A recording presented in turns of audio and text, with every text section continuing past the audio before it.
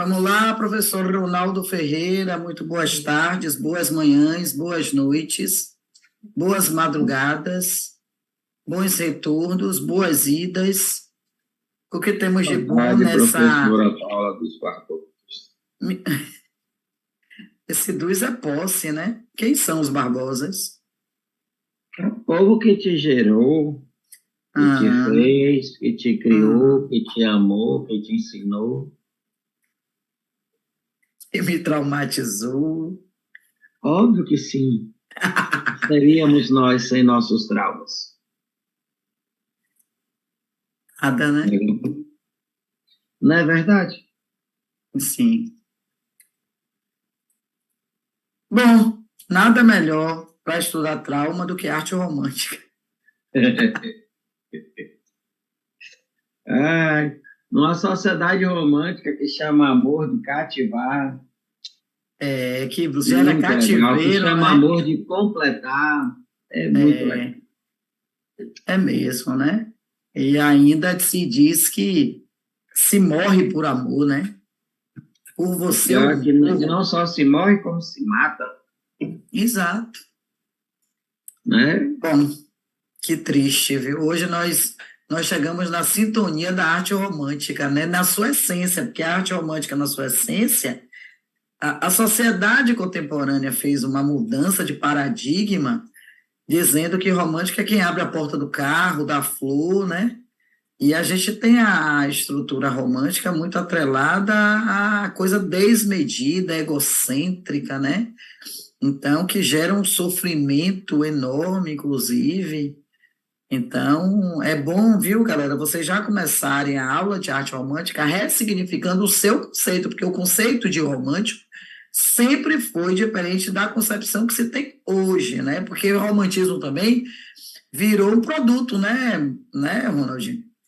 É porque o que acontece é que a gente tem uma saída, né, da questão cristã, em que o amor estava numa dimensão metafísica, a felicidade também, para uma dependência, né, do outro, e uma coisa que é muitas vezes associada àquele mito, né, de que os seres eram um que possuíam quatro pernas, quatro braços e tinham as duas questões sexuais e que aí foram separados, né, Hermes e Afrodite, né? Então aí como é um ser que foi repartido, procura encontrar a sua outra parte, aquilo que lhe falta.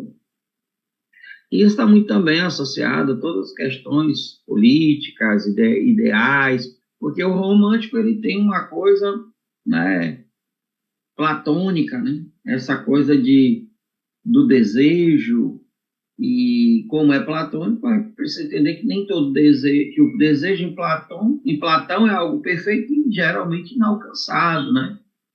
Quando a gente pega ali, por exemplo, na literatura, né, é mais complicado você falar da brasileira, mas a literatura alemã, quando você tem um marco ali do Goethe, que é o sofrimento do jovem Werther, né? Aquela paixão que termina em tragédia, porque o sentido da vida é o amado, né? E isso é muito louco, essa idealização. Então, o romântico traz muito esse lado também, e a crítica, né, das correntes iluministas, e depois dos próprios ideais políticos que também trazem essa coisa de um certo romantismo no que tange à perfeição daquilo que não está perfeito ou completo e tal. Então, é mais ou menos isso, né? É muito interessante começar falando disso, porque toda vez que você tira o centro da sua vida de si e coloca no outro é muito perigoso, porque assim, de um ponto de vista muito claro e lógico, o outro não nasce para satisfazer o desejo de ninguém, né? E no momento em que você idealiza o outro e o coloca num lugar de ser o que você quer que ele seja, isso é uma tragédia anunciada, né? Por quê? Porque o romântico, e aí você traz uma coisa muito interessante da idealização, que o Brasil não viveu dessa forma, senão com o Álvares de Azevedo na literatura, né? Porque o Álvares de Azevedo morre muito jovem, é tuberculose, mas todas as escolhas dele, inconscientes ou conscientes, aqui a gente não está entrando nesse mérito, tá? Porque escolhas inconscientes também são escolhas, fazem com que ele se sinta uma pessoa extremamente depressiva, quase a ponto de, ao lermos Álvares de Azevedo, nos sentirmos diante de um morto que fala. Uma pessoa que se sente completamente triste. Há outras questões em Álvares de Azevedo, quando nós estudamos a biografia dele, questões com a mãe, Freud explica, né?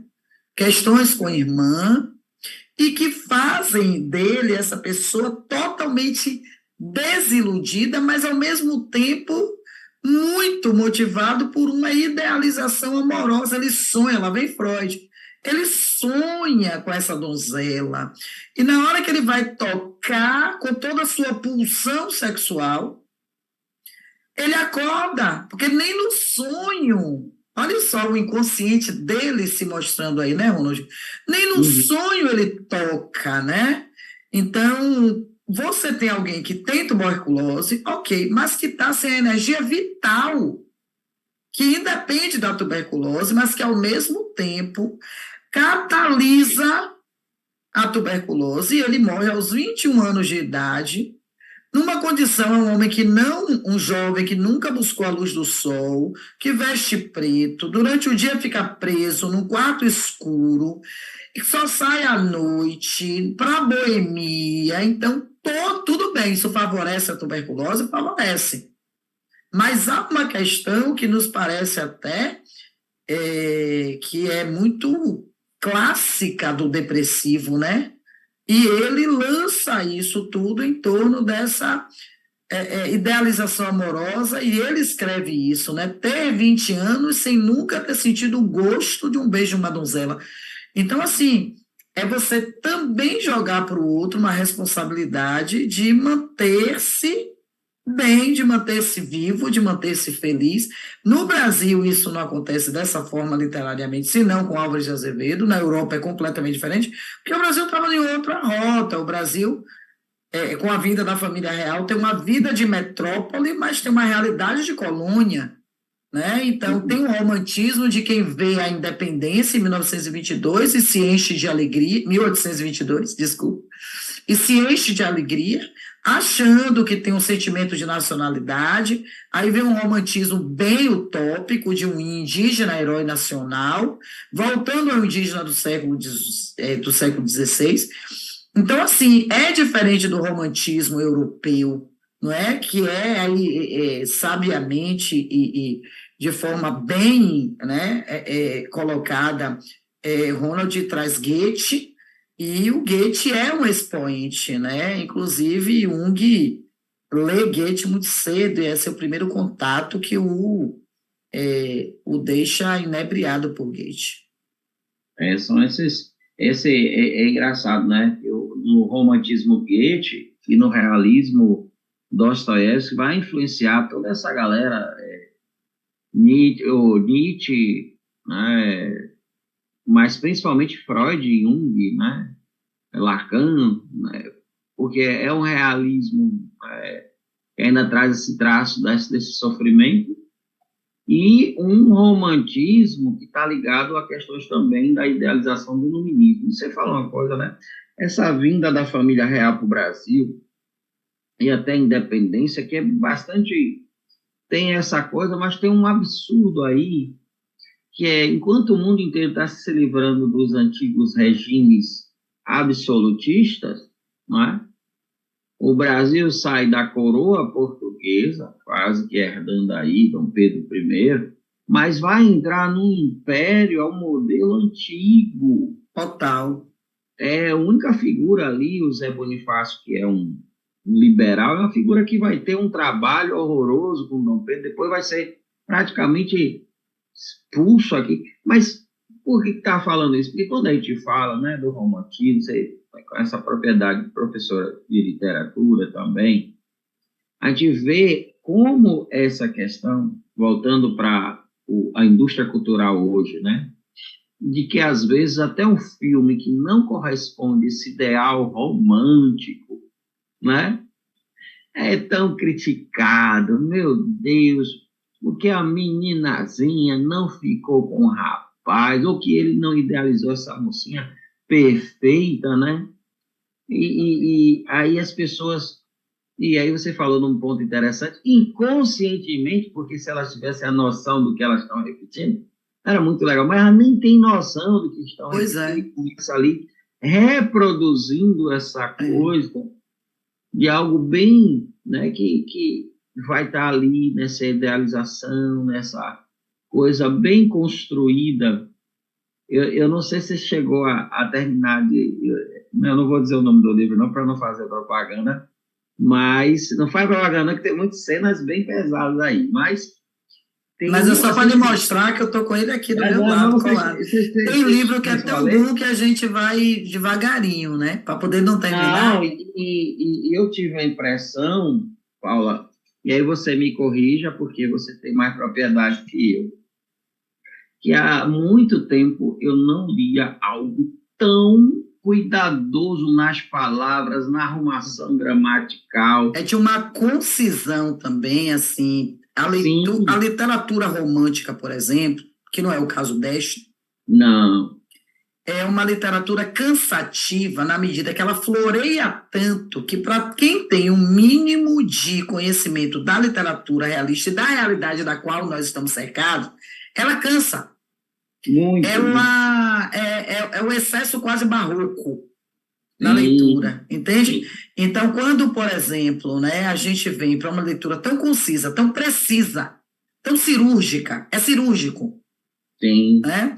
A gente vê ainda mais criticamente, aí eu volto para a sua indústria cultural, da qual você fala muito bem como um professor de sociologia, e eu vi dados de que só existe uma data que vende mais do que Dia dos Namorados, que é o Dia das Mães.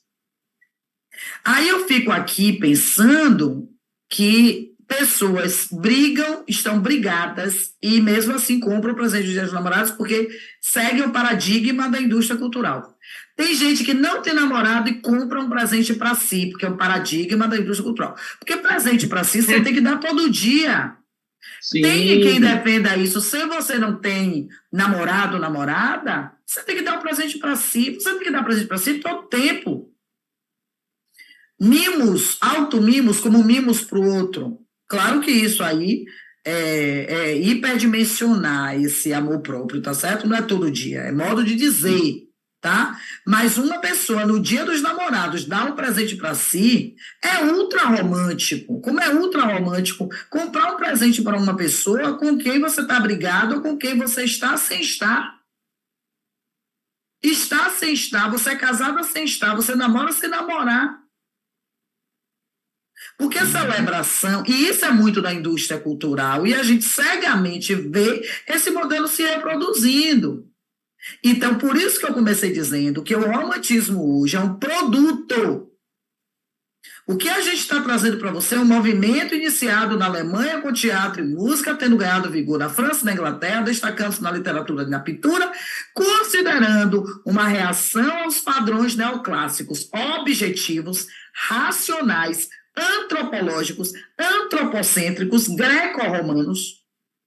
Vem E, uma nova forma de elaboração voltada para questões da alma humana, que não se aprofundam necessariamente na alma humana, mas que são, me corrija se eu estiver errado ou se você discordar, mas eu acho que aí é uma questão da alma humana muito focada na questão amorosa e na questão do sofrimento, sem nenhuma visitação profunda da questão psicológica que o realismo faz.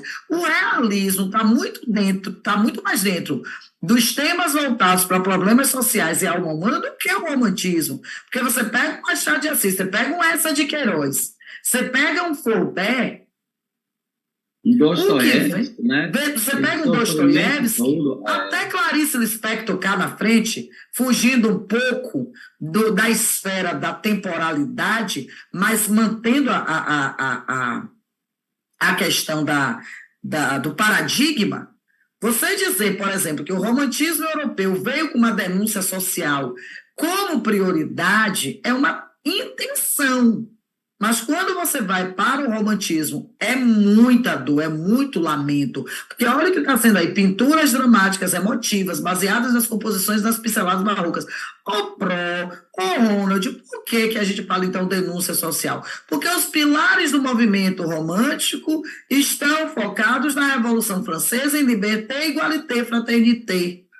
Né? Então traz aquela ideia de que tudo está aí para todos.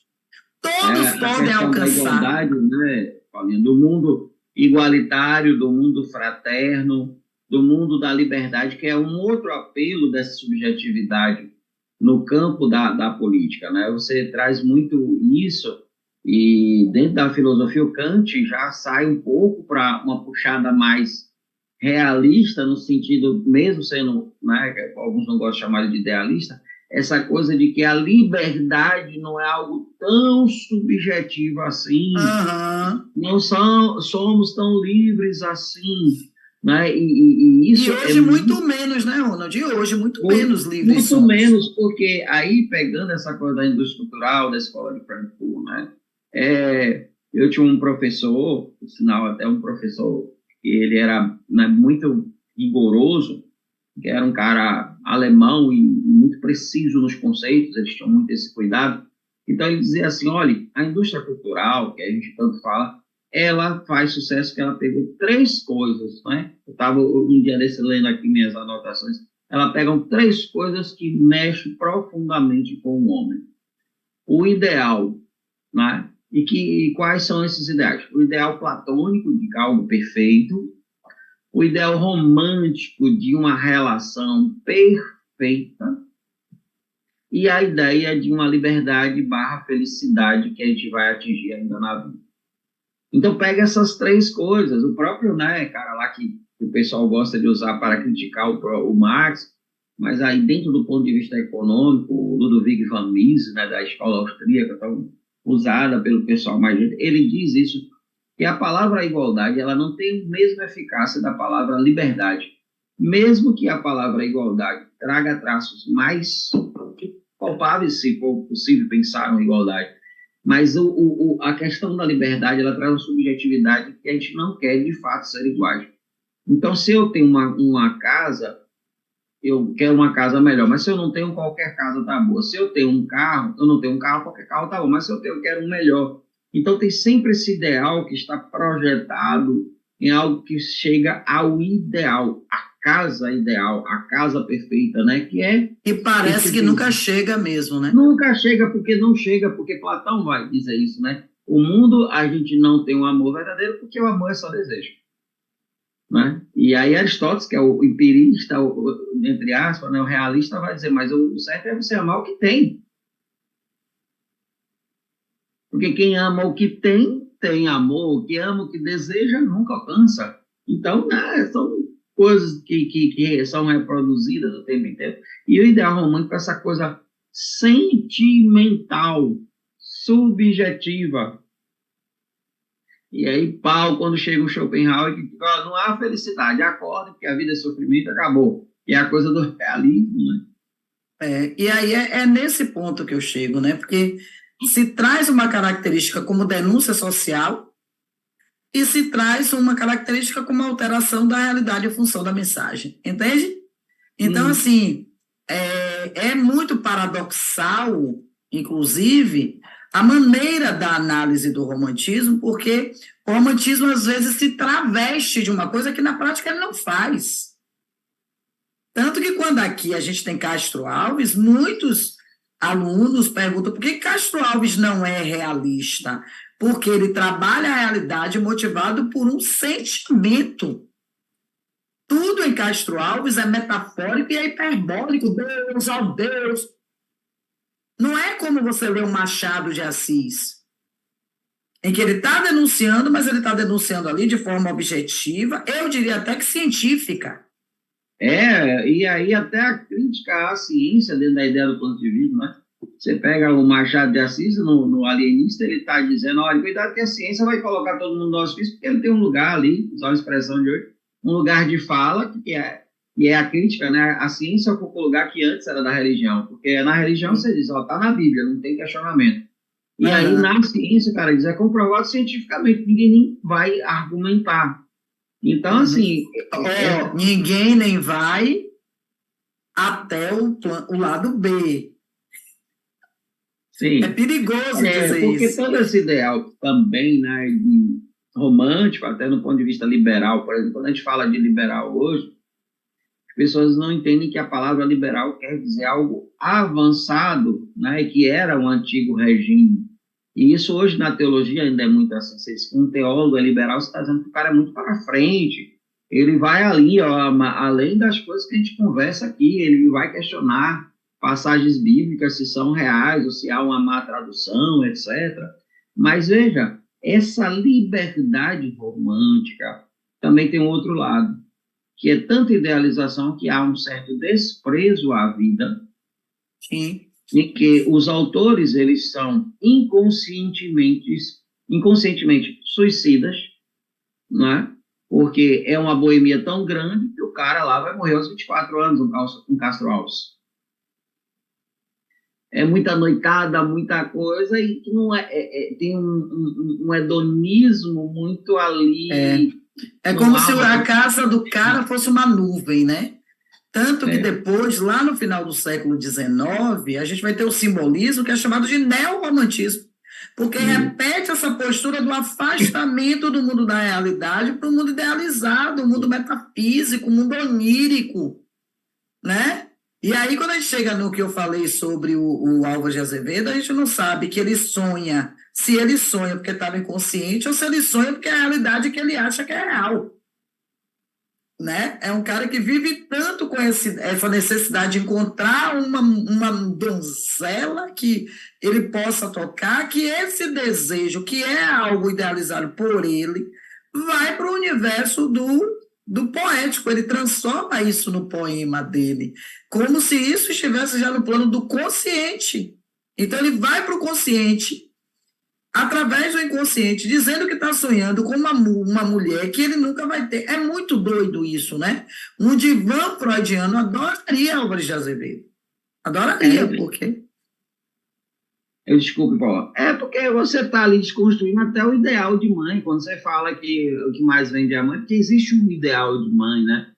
No outro dia eu vi um cidadão dizendo, eu tinha saudade da época que a mãe era tal assim. Aí um cara fazendo uma crítica botou assim aquela música, ela é a rainha do lar, o avental todo sujo de ovo, se eu pudesse eu voltaria outra vez, mamãe. Ou seja, a mãe é aquela doula, né, cuidadora, aquela que está o tempo inteiro ali, ou seja, é a mulher que se prepara para o cuidado doméstico, domus, casa, que tem o lugar do dominus, que é o senhor, o pater família, né, que está além de casa. E aí você vê essa coisa muito, a mulher, né, como é a mulher romântica, como essa mulher é pintada bonitinha, arrumadinha, santinha, perfeita, e na maioria das vezes casta, não é a Barbie. E a gente ainda vai ter uma questão aí que é interessante, como o realismo depois, né, Ronald, vai criticar esse ideal romântico, né? Sim, sim. A gente vai ter autores, enquanto no romantismo, a mulher romântica é acolhida, abraçada, ela é a heroína, salva pelo mocinho. Na obra realista, essa mulher romântica vai morrer, vai adoecer, né? Então, assim, é importante que vocês percebam como os movimentos vêm em ondas, né? A gente tem um barroco contestando o renascentista, a gente tem um neoclássico contestando o barroco e voltando para o renascentista. A gente tem agora o romântico indo de encontro ao neoclássico. Então, os artistas românticos procuraram se libertar das convenções. Uma palavra do movimento romântico é liberdade criadora, liberdade criativa. Por quê? Porque você vai para o campo das emoções, e as emoções são livres, tão livres, que às vezes elas perdem completamente o norte.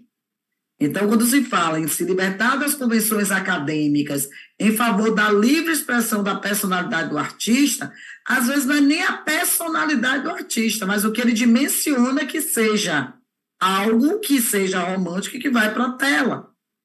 Então, o Ronald trouxe aí, não é, o Decroix, que é um dos grandes pintores românticos, né, Ronaldo? Isso. E ele retrata justamente algumas passagens que, mesmo trazendo história mais antiga ou renascentista, ele traz ideais, né? Como, por exemplo, quando ele trata na Divina Comédia, você tem um momento em que Dante Alighieri é conduzido e conduz ali o Vigílio, o grande autor romano, né, para a questão dos infernos, né? O Dante ele vai ali com essas figuras passear no céu, no inferno.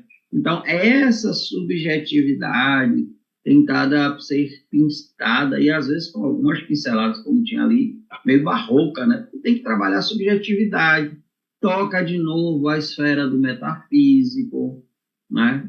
Dessa coisa platônica, né? Ideal, que seria isso, né?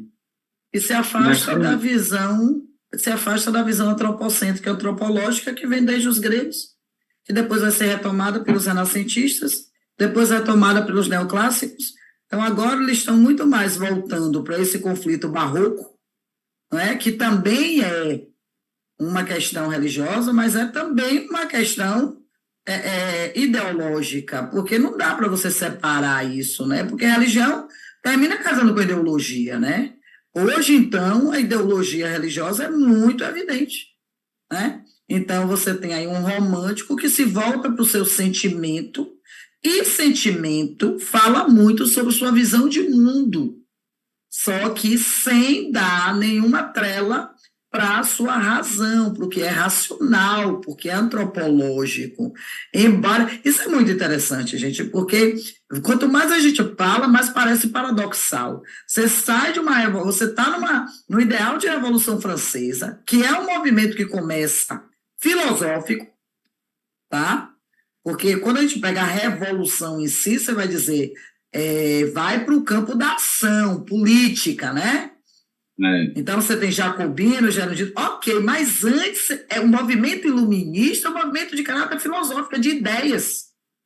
E aí, de um movimento filosófico, surge um movimento artístico emocional, subjetivo, idealizador, completamente fora do padrão do que é palpável, visível. É impressionante como o homem artista e o homem ideológico é um ser estranho, porque ele termina pegando o que é antropológico e modificando, moldando ao seu objetivo ali. O que é que eu quero disso? A liberdade é uma coisa muito aberta, e se é aberta, todo mundo pode acessar. Então, vamos falar dessa sensação, desse sentimento de liberdade.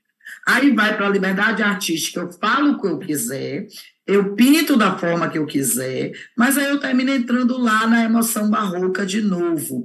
E olhe que os quadros têm muita relação com melancolia, com tristeza, com angústia, né? Então você tem muito pintor que pinta mesmo essa ideia de eu estou acima, eu estou nas nuvens. Não é acima porque eu estou acima do bem e do mal, é porque eu não aterrei, é porque eu não me apropriei do que é meu do plano físico. Então, se eu não me aproprio do que é meu no plano físico, eu vou para o metafísico. Aí lá vem Platão e Companhia Limitada de novo, né, Ronald? porque, veja, a gente tem uma escolha, se é que a gente pode chamar de escolha filosófica, epistemológica, Lá vem escolha. que é sempre assim, o que é real e o que é ideal, o que é objetivo e o que é subjetivo, né?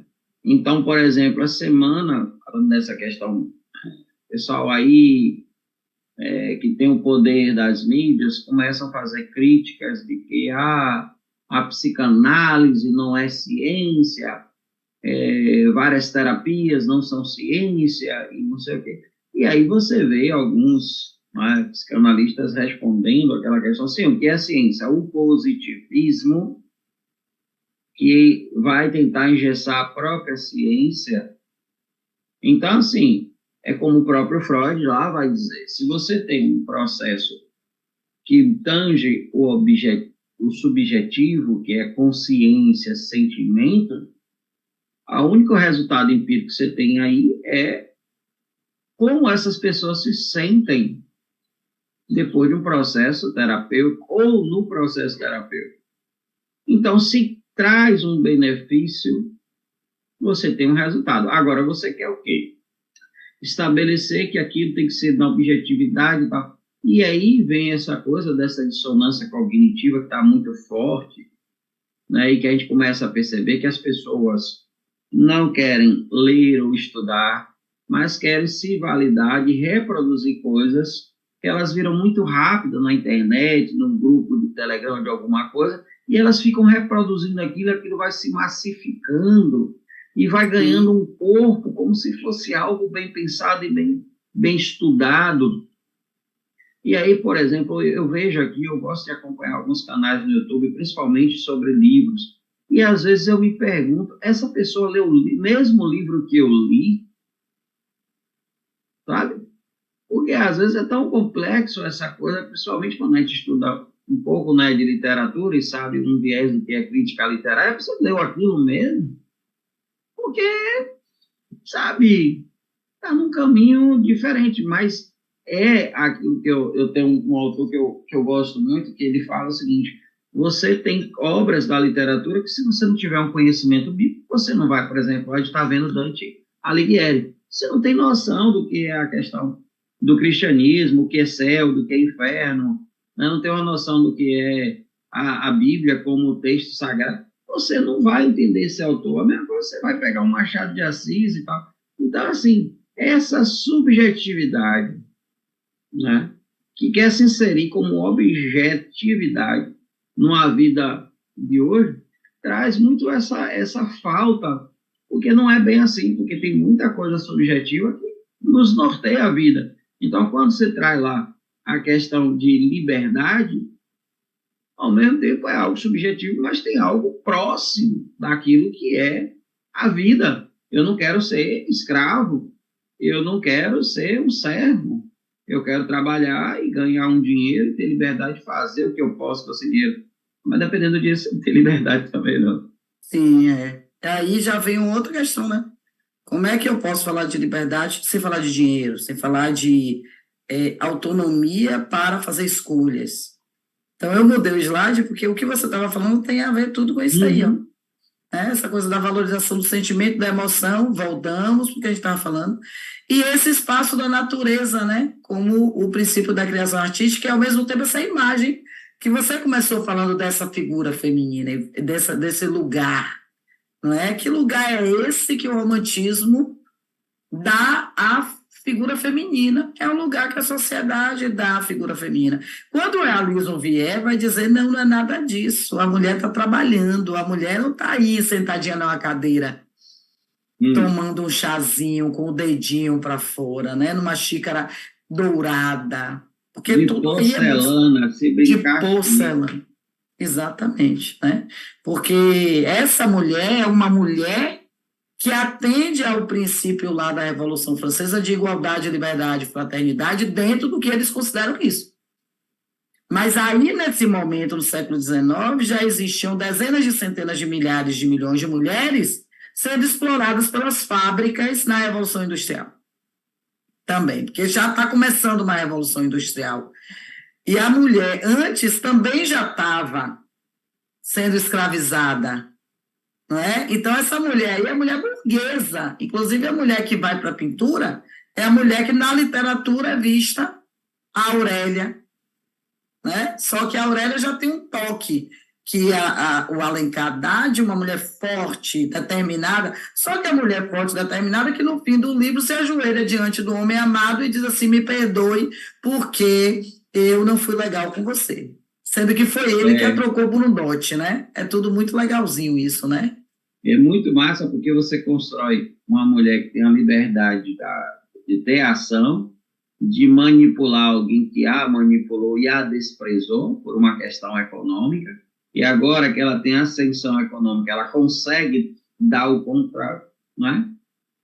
Mas depois de vingada, está arrependida e finaliza com essa subserviência. Isso, porque se ajoelha diante dele, inclusive. Sim, Então vem aquela ideia assim: tudo amor redime. Ok, isso é muito romântico, mas no fim das contas, Seixas consegue tudo que ele quer: a mulher que ele ama e a fortuna dela, que ela põe tudo no nome dele.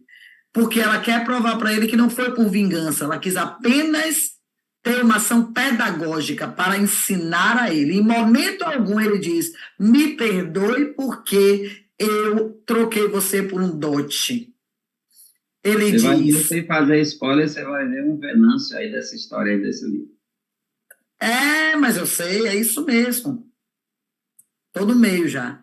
E aí o que É. você tem é um homem que diz assim: eu errei, porque conduzido pelos princípios da sociedade me deixei levar. Olha o que ele faz.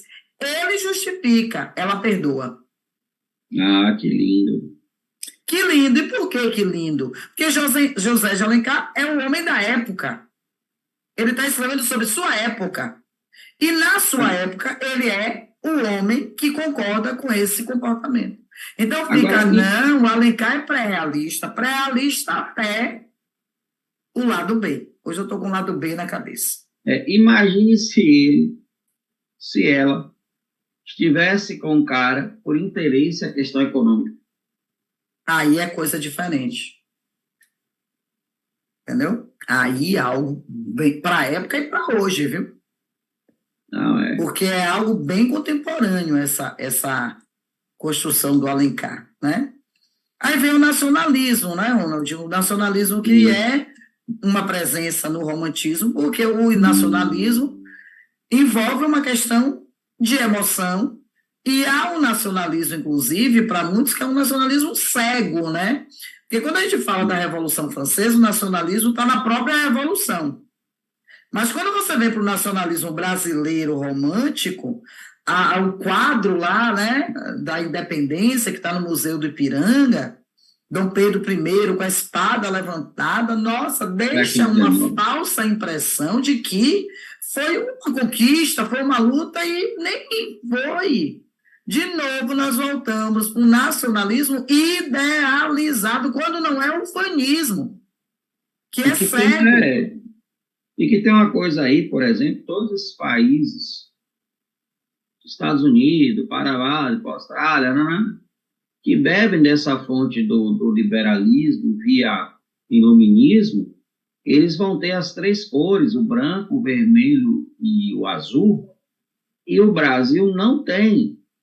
Mesmo que depois venham no positivismo querer explicar a nossa bandeira, etc., a nossa bandeira, se fosse uma liberdade de Portugal para uma independência liberal, a gente teria aí, assim como nos Estados Unidos, o branco, o vermelho e o azul, assim como a França também, né?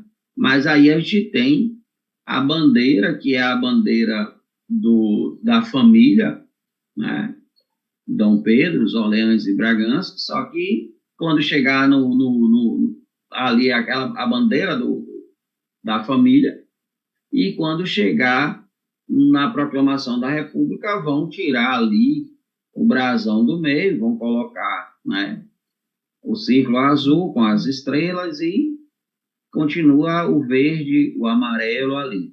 Ah, se é contra a bandeira, não é disso que eu estou falando. Estou dizendo que a nossa independência, ela foge desse ideal liberal, que foi o ideal dos Estados Unidos da América do Norte, e foi o ideal da própria França e dos vários outros países. Você vê que isso é tão forte, esse branco, o vermelho e azul, que que a União Soviética, quando cai, você vai ter a Rússia hoje como um país que sai daquela ideia de que era socialista, são as mesmas cores da bandeira francesa, eles só votam no sentido contrário. É o vermelho, o branco e o azul, que são as cores da liberdade, fraternidade e igualdade. Então, assim, quando a gente tem esse, você fala desse nacionalismo, né, precisa se construir um ideal que não é uma revolução do povo, mas é a revolução do herói, que é o imperador Dom Pedro. Inclusive, tem país aqui na América do Sul que tem essa mesma filosofia, as cores da bandeira, né? Sim, sim, a maioria deles, né, o branco, vermelho e azul, estão aí. É. E assim, é importante que a gente entenda que literatura, arte, dialogam com a história da sociedade, gente. O mesmo homem que faz a literatura é um homem de uma época, né? Então você tem aí um encontro, não dá para você estudar literatura ou arte sem estudar o momento em que as coisas estão acontecendo, né? E, Aí, esse slide é ótimo, porque ele fecha tudo que a gente começou falando, né? Porque o grande pilar do movimento romântico é a Revolução Francesa, tanto que um dos ícones é o quadro do Decroix, né? Você vê aquela mulher surgindo ali epicamente, mitologicamente, segurando uma bandeira, né? Então, esse quadro, você pode até dizer que não sabe que é do Decroix, Delacroix, uhum. mas você diz, eu já vi isso antes. Eu acho que meu professor de história já trabalhou com esse quadro aí. Claro, é muito difícil o professor de história falar de Revolução Francesa sem mostrar Delacroix.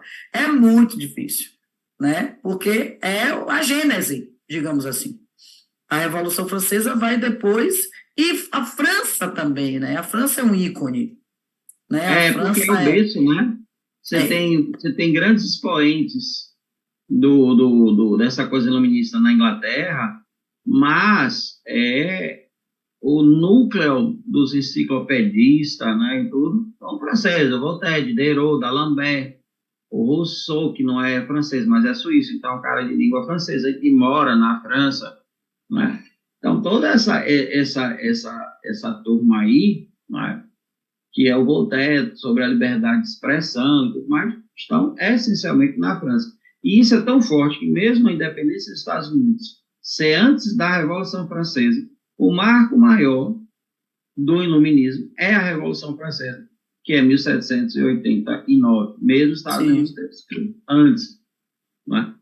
Por quê? Porque os principais pensadores contra o antigo regime estão na França, inclusive até os ingleses que terminam caindo por lá. Né? Então, isso é sim, muito interessante a gente pensar que toda essa coisa, e até a gente não diz em outra língua, é o liberté, igualité e o fraternité, é o francês. E sim. que a partir desse iluminismo, aí depois vem Napoleão, etc., até meados do século XX, você tem essa influência cultural de liberdade, igualdade, depois você tem autores como Sartre, etc. Sim, é muito, né? E como a Revolução Francesa é um expoente mesmo burguês e que vai também interferir, né, mais na frente no que a gente vai ver de Revolução Industrial, né? Então, é esse sentimento de liberalismo que vem com o ideal da Revolução Francesa e que vai ser sedimentado com a Revolução Industrial, que é também um movimento, não é porque a Revolução Francesa é sangrenta, mas a Revolução Industrial é ideológica, é de produção. É até bom a gente dizer para vocês, que são muito jovens, de que revolução não necessariamente significa derramamento de sangue, sim mudança brusca de comportamento, né? Então, a Revolução Né? Industrial vem para um processo de exploração gritante, né? Muito forte. Inclusive algumas revoluções, elas têm um nome, é outra palavrinha, né? Revolução, nem sempre é derramamento de sangue, e nem toda reforma é sem derramamento, é com Exato. derramamento ou sem derramamento. Há reformas, né? Então, por exemplo, do ponto de vista cristão, você pode dizer que você sendo evangélico ou protestante, que houve uma reforma protestante. Do ponto de vista católico, houve uma ruptura, uma cisma. Porque para o católico, o reformador é São Francisco, é Tomás de Aquino, é Teresa d'Ávila, aqueles que mudaram o que estava errado na igreja, mas eles continuaram. Aqueles que saem, assim como no cisma do Oriente, há uma separação.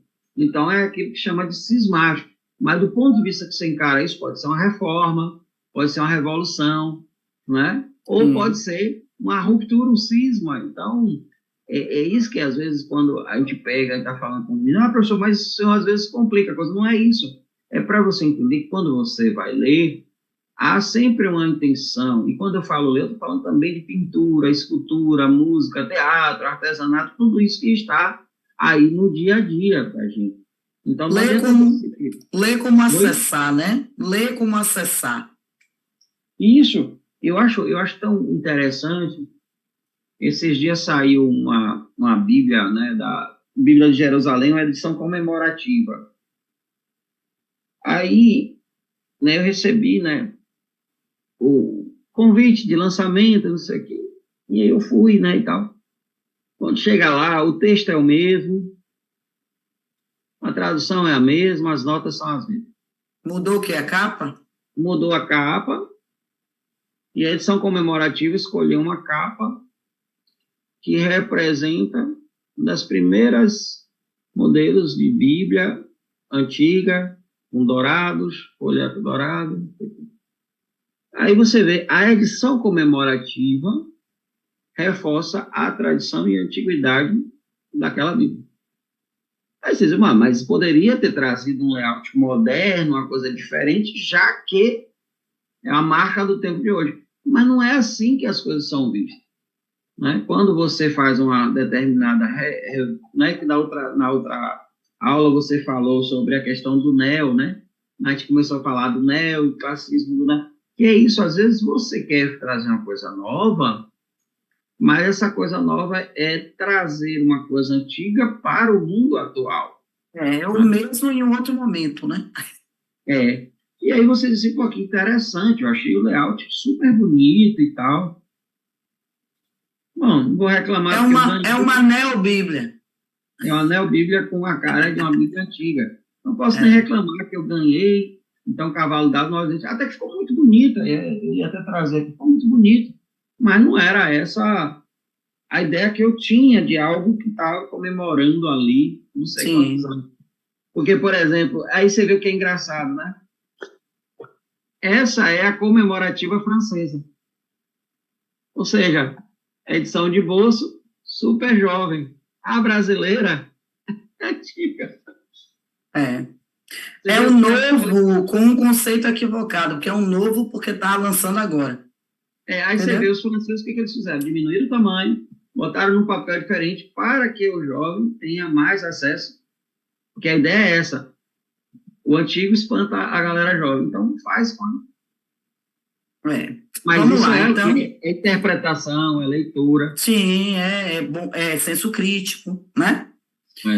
Bom, a escultura cai no que a gente já está falando, porque é o mesmo, digamos assim, são as mesmas, são os mesmos paradigmas, os mesmos pilares, só que com uma arte que já não é a pintura, é a escultura. Então, está se falando que é um estilo único e que contraria os ideais clássicos e neoclássicos. Então, a gente está falando exatamente de uma oposição, né?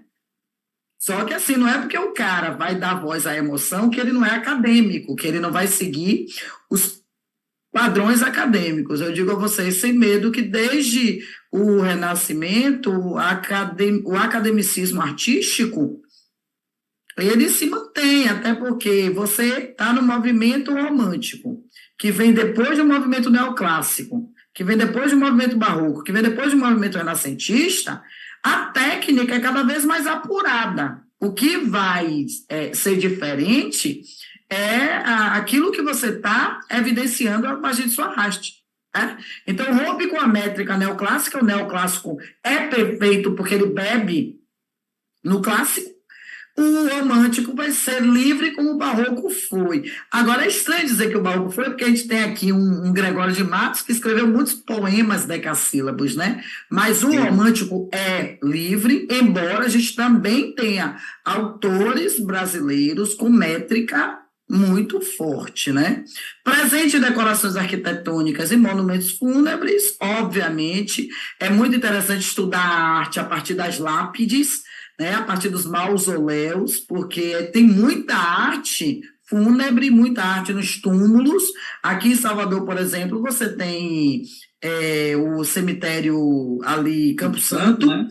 que é antiguíssimo no sentido da estrutura, mas que não é tão antigo assim quando a gente está falando de uma arte secular, né? Mas é muita, muita família, e quanto maior o mausoléu, mais importância tinha a família, né? E a escultura também traz a temática de animais, vem alguns animais, claro, que tem uma simbologia, não é uma coisa assim, eu vou botar um cachorro aqui, eu vou botar um macaco, eu vou botar um gato. Tem toda uma simbologia, uma razão de ser. Mas isso é muito importante, porque é acadêmico, não é porque é livre que não é acadêmico, ainda mais quando a gente fala de escultura, porque escultura é algo que exige um talento muito grande, né?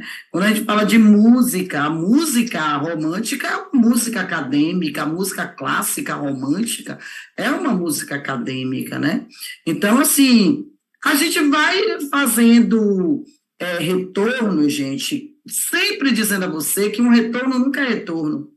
Porque, na verdade, quando você pensa que vai e volta, você não volta, porque você está ocupando um novo espaço e um novo tempo. Por mais que o romantismo esteja em um lugar de, às vezes, retomar algumas coisas do barroco, ele já passou para o neoclassicismo, então, esse homem, ele já tem mais munição para fazer outra produção, outra produtividade, né? Já na arquitetura, aí é uma festa, porque as arquiteturas, eu acho que são as artes que mais inovam, Ronald, porque parece que uma arquitetura vai bebendo na outra, vai bebendo na outra, então você já tem tudo muito misturado.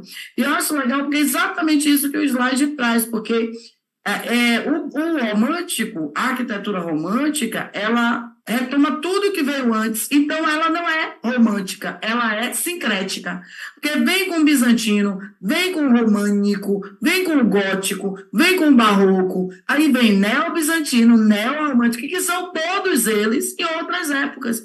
O que é o neo-bizantino? É o bizantino fora do período bizantino. O que é o neo-romântico? É o romântico fora do período romântico. E aí surge o que a gente chama de gótico, que não tem relação necessariamente com a catedral gótica como estilo.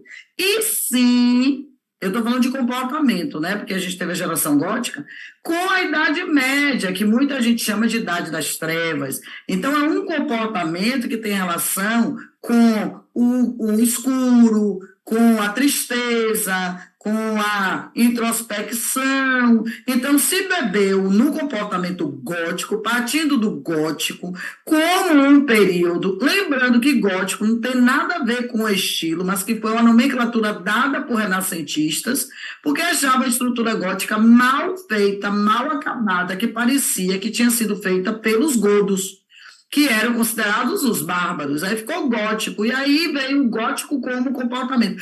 E isso é muito confuso se a gente não avisa ao aluno que cada coisa tem uma razão de ser. A estrutura gótica, porque tem esse nome, e o comportamento gótico, e depois tem um neogótico, que é o também neorromântico. Quanto mais a sociedade muda e enche de pessoas, né, mais a gente tem uma variação de perfis, né, Ronald? É interessante você estar falando do cemitério, e você percebe, por exemplo, tanto no Campo Santo, cemitério do Caju, o cemitério de São João Batista no Rio de Janeiro, esses mais tradicionais, né, que tem toda essa preocupação da escultura e da arquitetura, né? Você chega ali no Campo Santo, você vê aqueles, como o povo chama, mausoléu, né? Aquela coisa, que negócio, dizer o que é um apartamento aqui, né? Da família tal, então de lá com anjos de mármore Carrara, alguns até de bronze e etc. Né? Eu estava vendo, não lembro agora quem, poxa, depois eu vou lembrar, que a pessoa falando que ganhou um dinheiro, um cara famoso, que ganhou um dinheiro limpando, lá, já em Minas Gerais, lá em Belo Horizonte, e limpando lá, porque quando ele era adolescente queria ter um dinheirinho a mais, aí no dia de finados ele ia com outro para limpar as lápides e tal, e aí o povo dava um dinheirozinho para ele, e ele falando disso, o cuidado que se tinha com essa coisa do cemitério, das esculturas, das coisas todas, né? E que você tem aí na arquitetura esse grande avanço, seja para a vida, seja para a morte, né? Um político baiano bem famoso, quando perguntaram a ele por que ele tinha a grande preocupação com mandar construir o Teatro Castro Alves, uma obra muito cara e muito moderna, né? E ele disse, olha, os faraós ficaram na história porque seus túmulos eram para cima e todo mundo via. Interpretação dele, que não Eu deixa de nem, ter uma certa razão. sem comentários, né? Tome de É, presente o gabinete português de leitura, porque você adora falar dele. adoro porque é uma construção, né, que reproduz uma arte moçárabe, que é essa arte moçárabe, professor, é uma arte portuguesa ou espanhola que traz aí características da arte judaica e árabe, ou seja, judaica e muçulmana. Mas como assim? Eu hoje estava falando com o terceiro ano sobre Idade Média. Eu disse, o que seria de São Tomás de Aquino sem as traduções para o latim de Avicena e Averroes de Aristóteles? Quem leva o Aristóteles para a Idade Média ocidental são dois árabes. Então, essa influência que vai aparecer, porque ele já falou que toda essa arquitetura romântica, ela traz essa coisa, né? Você usou uma expressão no instante, eu não estou conseguindo lembrar agora, que mistura, né? Eclética, né? Que mistura essa, igual o menino disse assim, eu gosto de muita música, eu tenho um gosto epilético, não, eclético é outra coisa, é eclético. Então, esse ecletismo, né, do romantismo que traz muito aí. E aí você vê essa coisa que Paulo falou da arquitetura, né, que está ali na frente da igreja. E é essa réplica, né, a gente pode chamar assim do gabinete português, você vai encontrar em São Paulo, você vai encontrar no Rio de Janeiro, inclusive a do Rio de Janeiro tem uma livraria muito legal, né, porque essa daí tem biblioteca, mas não tem livraria. Lá no Rio tem uma livraria. E você, óbvio, que vai encontrar a matriz dela em Portugal, em Lisboa, etc. Ok? E vai provavelmente encontrar o gabinete português em algum país lusófono, né? Que não é só o Brasil. Então, tá aí mais uma coisa que, engraçado, né? A gente passa nessa belíssima construção e não repara, né? Também ali está uma poluição visual tamanha, né? Visual, violência e etc. Muito som. E aí está o Debré que vem para cá com a missão francesa e que deixou aí pinturas, fez inclusive desenhos que levou para a Europa, chegou a fazer um álbum com tudo isso e traz uma imagem muito preconceituosa. Ele veio como uma missão da França trazida por Dom João para que alinhasse a arte brasileira, que na época é completamente incipiente, né? Nós somos colônia, com a arte europeia, e ele resolve trazer a missão francesa, né? E Jesus. o Debré faz quadros como esse. Você está vendo aqui uma visão bem... Hoje a gente tem uma noção disso ainda mais clara, né? Totalmente preconceituosa. Você tem os senhores à mesa, as crianças, filhas de escravizados, os escravizados aqui, né? E as crianças comendo até migalhas. Obras da mesa. Só que, assim, essas obras são todas durante também o romantismo, né?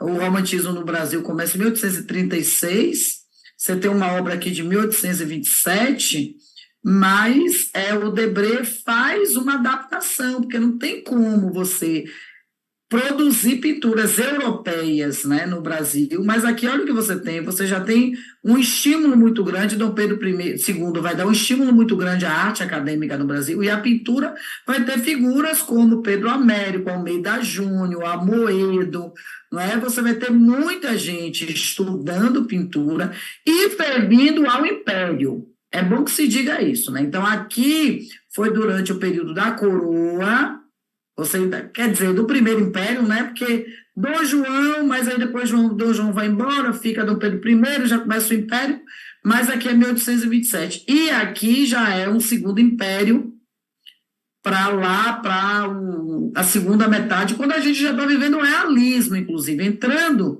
no realismo no Brasil, mas aqui é muito estranho, viu, galera?